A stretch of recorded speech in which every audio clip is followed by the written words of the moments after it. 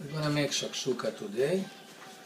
We're starting with 2 big onions. We gotta cut the onions to small pieces before we fry it.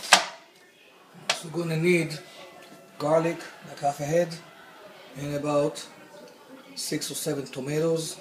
The garlic I already chopped in and I added it together with the onions that I'm gonna start frying right now. Took a very big, very large pan. I put some oil, not too much. We're not making french fries. And I'm taking all the onions. I'm gonna put it in with the garlic, mix it up, and let it fry on a small fire to start with while I'm cutting the tomatoes and getting ready. Speed up the process of the tomatoes. We're going to use this tool, so that's going to be much easier.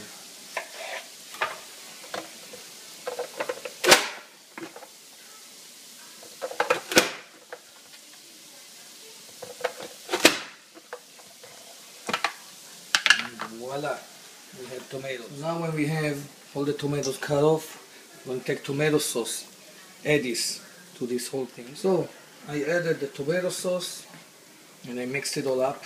Then you take salt and you add some salt,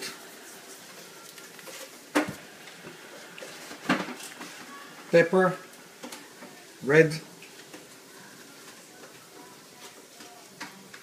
add as much as you like, gotta make it spicy, and then black pepper, also spicy. We're also gonna add oil, not too much, and start mixing the whole thing. So now I put it on high fire, high flame, because I need the onions to become golden brown. And if I give it on a small fire, it's gonna take forever. Mixing is necessary, and to try to keep it even, and every couple of minutes to continue until we get to the final result. So now ready, the golden brown. We're going to take all that thing, we're going to pour it right on top of it, and then mix it.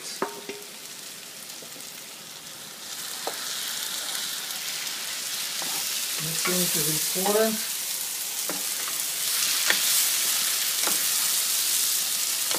Mixing is done, and now this is the way it is, and it gotta be covered for about 5 minutes or 10 minutes, depends how hot you want it, on medium fire. Reduce the fire and we'll let it cook. If you need to add water, add water. It has been about 10 minutes on small to medium fire, and I'm going to remove the cap, and we won't need it now for some time. Because what's important now is for all this juice underneath to disappear. It's just too wet. So what I'm going to do, I'm going to increase the fire and let it dry up a little. And so now when it looks like it's dry, and we can tell that it's kind of dry, we need to add eggs.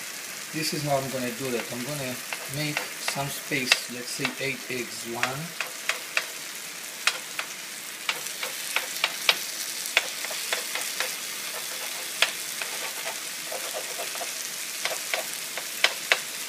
then we start. Egg number 1 goes here.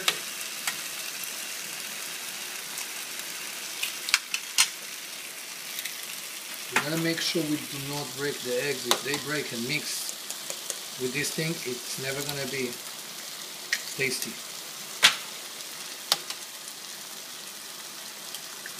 And so we're gonna put 8 eggs in here. Oh, we added the eggs, and we don't want to make it's too shy, so we're going to add some salt,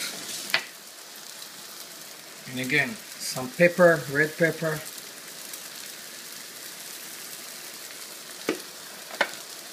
and some black pepper.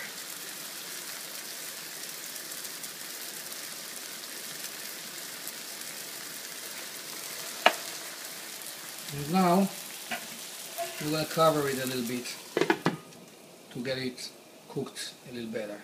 When it looks like it's ready, I'm going to remove the cap, and we have a shakshuka ready, homemade.